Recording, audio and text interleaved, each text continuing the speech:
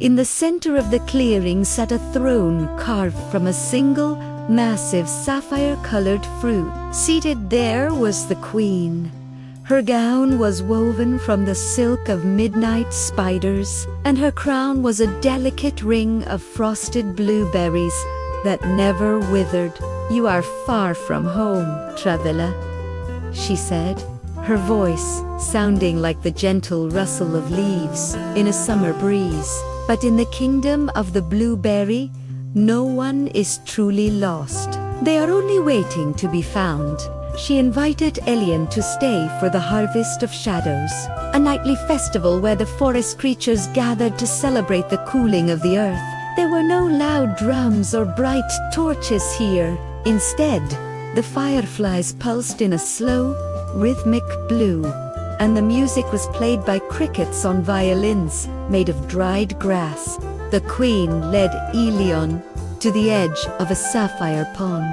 She explained that every night she gathered the blue dew, a magical nectar that collected on the skins of the giant berries. This dew had the power to wash away weary thoughts and replace them with dreams of starlight. "Most kings want to expand their borders," the queen whispered as she dipped a silver ladle into the pond. "But my task is to keep the world quiet. I ensure that the forest breathes deeply and that the seeds under the earth feel the coolness they need to grow." Elian watched as she moved through the bushes, her touch turning every green leaf into a deep shade of teal. She wasn't just a ruler. She was a gardener of the night, ensuring that the balance between the waking world and the world of sleep remained perfect. Elian slept for what felt like 1,000 years, wrapped in the velvet mist of the Indigo Woods, where the air stayed cool and the stars never moved from their positions. In the deep navy sky, because the queen of the blueberry had wreathed his bed in protective enchantments that kept the stinging insects and the hungry shadows away from his heart. When he finally opened his eyes, the queen was standing over him with a cup made of a hollowed-out sapphire berry filled with a liquid that tasted like cold mountain rain and crushed veal. She told him that the silver stream he was looking for was not a river of water, but a river of light that flowed through the veins of the earth, and that to find it he would have to become as quiet as the moss under his feet. The queen led him deeper into the thicket where the berries grew so densely that they formed walls of translucent blue glass, and she showed him a hidden path made of crushed silver shells that shimmered every time he took a breath because the forest responded to the rhythm of his life force. As they walked, the queen explained that her kingdom was not just a place to hide, but a place to heal for those whose souls had been bruised by the sharp edges of the waking world, where people fought for gold and stone instead of for peace and silence. She touched a giant leaf and it curled into a map showing Elian that the silver stream was just ahead, but she warned him that once he drank from its waters he would see the world as it truly was, a place of endless interconnected energy, and he might never find the path back to the simple life he once knew.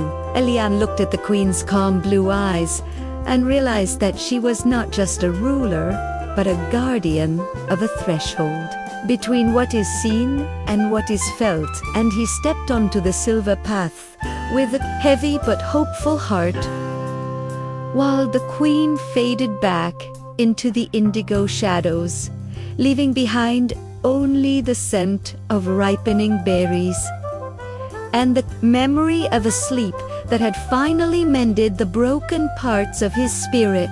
Elian stepped onto the silver path and felt the ground hum beneath his boots like a purring cat because the crushed shells were infused with the same lunar energy that fed the giant blueberries. And as he walked deeper into the Indigo Woods, the light of the sun became a distant memory replaced by a soft, sapphire glow that seemed to come from the very air he breathed. The queen of the blueberry watched him from the shadows of a towering bush, her eyes reflecting the silver trail, as she whispered a song that sounded like falling water and the rustling of silk to guide his spirit through the final veil of the forest. Elian reached a place where the trees were made of translucent blue glass, and their roots were wrapped around smooth, glowing stones that pulsed with a steady rhythmic light that matched the beating of his own heart. He saw the silver stream not as water flowing over rocks, but as a river of liquid starlight winding through the dark earth. And when he knelt beside it, the reflection he saw was not his own face, but a constellation of shimmering points that showed he was made of the same stuff as the sky. The queen appeared one last time at the edge of the stream and handed him a cup made of a single frozen blueberry, telling him that to drink was to remember everything the world had made him forget, and to forget everything the world had forced him to learn. Elian took a sip and felt a wave of profound coolness spread through his veins, turning his thoughts into quiet ripples on a still pond as the heavy weight of his journey evaporated into a fine blue mist. He realized that the silver stream was the source of all the dreams in the world, and that the queen of the blueberry was the one who bottled those dreams, to keep the hearts of men from turning to stone during the long winter nights.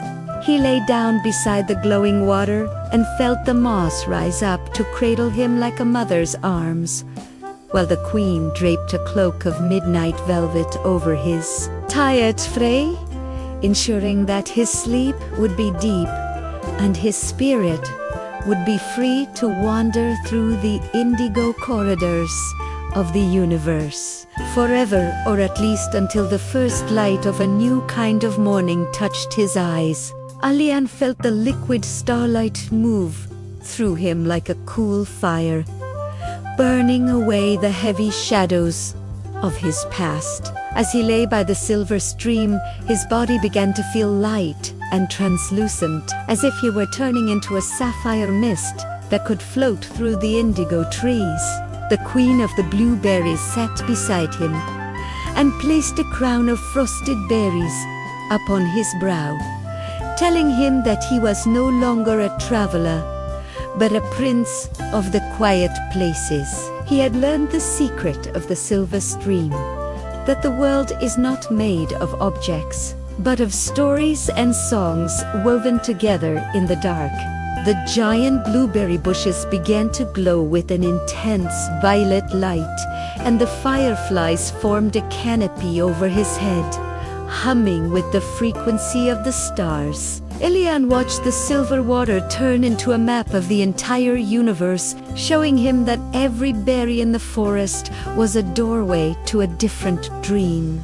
The queen took a silver needle and began to sew the edges of his cloak to the moss beneath him, anchoring his spirit to the Indigo Woods so that he would never again feel the pull of the sharp world of gold and stone. Elian closed his eyes and felt his heart beat in perfect sync with the forest.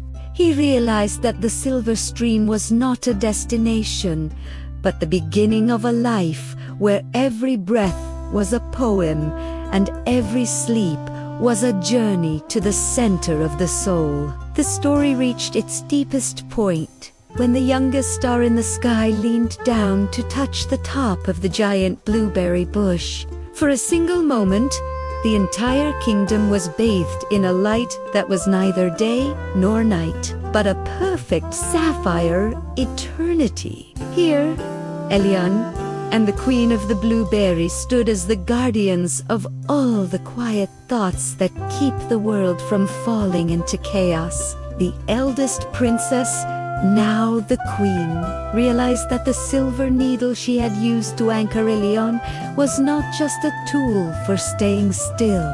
It was a conduit for the music of the spheres to flow directly into the soil of the Indigo Woods. She began to teach Elian how to listen to the vibrations of the ripening fruit, because each berry held a different frequency of peace. Together, they started to cultivate a garden of resonance that could be felt by every living soul who was tossing and turning in the world of gold and stone far away. They spent their days walking through the sapphire mist, where the gravity was so light that they could leap from one giant blueberry to another, as if dancing on the clouds of a midnight sky. The fireflies wove a tapestry of light that recorded every dream Elian had ever had since he drank from the silver stream. The old king from the neighboring realm of white cats heard of the Blueberry Kingdom's growing power. He sent a messenger to ask for a drop of the liquid starlight to cure his own restlessness. But the queen refused.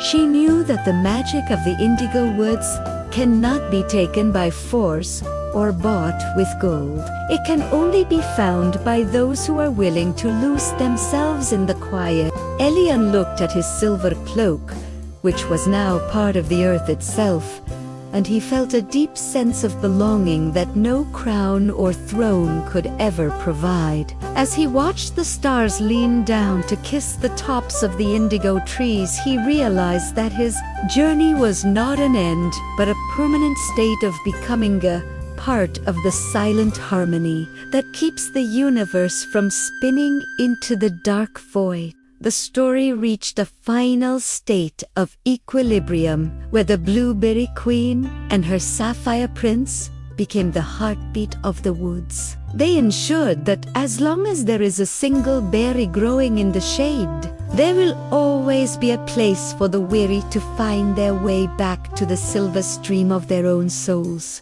The velvet mist of the Indigo Woods finally settled into a permanent, glowing hum as Elian and the Queen of the Blueberries sat upon the sapphire throne together, their hands intertwined. The silver needle had finished its work, weaving their spirits into the very roots of the giant berry bushes. They had created a sanctuary that was no longer a place on a map, but a state of mind for anyone who closed their eyes with a heavy heart. In the world of gold and stone, people began to notice that their sleep was deeper. Their dreams were filled with the scent of ripening fruit and the cool touch of starlight. They didn't know why, but the restlessness that had plagued the kingdoms for generations began to fade. It was replaced by a quiet wisdom that whispered from the shadows of the night. The queen leaned her head against Elian's shoulder and whispered that their work was complete, because the Indigo Woods had become the heartbeat of the world. It was a silent rhythm that ensured no matter how loud the day became, the night would always offer a path back to the silver stream. As the last star of the morning flickered out, the forest did not disappear. It simply became invisible to those who were not yet ready to listen. Elian closed his eyes, feeling the moss breathe beneath him, and the sapphire eternity stretching out before him. For the first time in his life, he didn't want to be anywhere else. The story of the Queen of the Blueberry ended not with a goodbye, but with a promise. As long as the moon rose and the berries grew, the door to the quiet places would always be open for those who knew how to dream in shades of blue. Thank you for joining us on this journey. Don't forget to like, subscribe, and hit the bell to explore more stories with us. Thank you for allowing me to be a part of your night. May you find deep peace and restful sleep. Wishing you the sweetest dreams. If you liked it, please like, comment, and subscribe. Bye.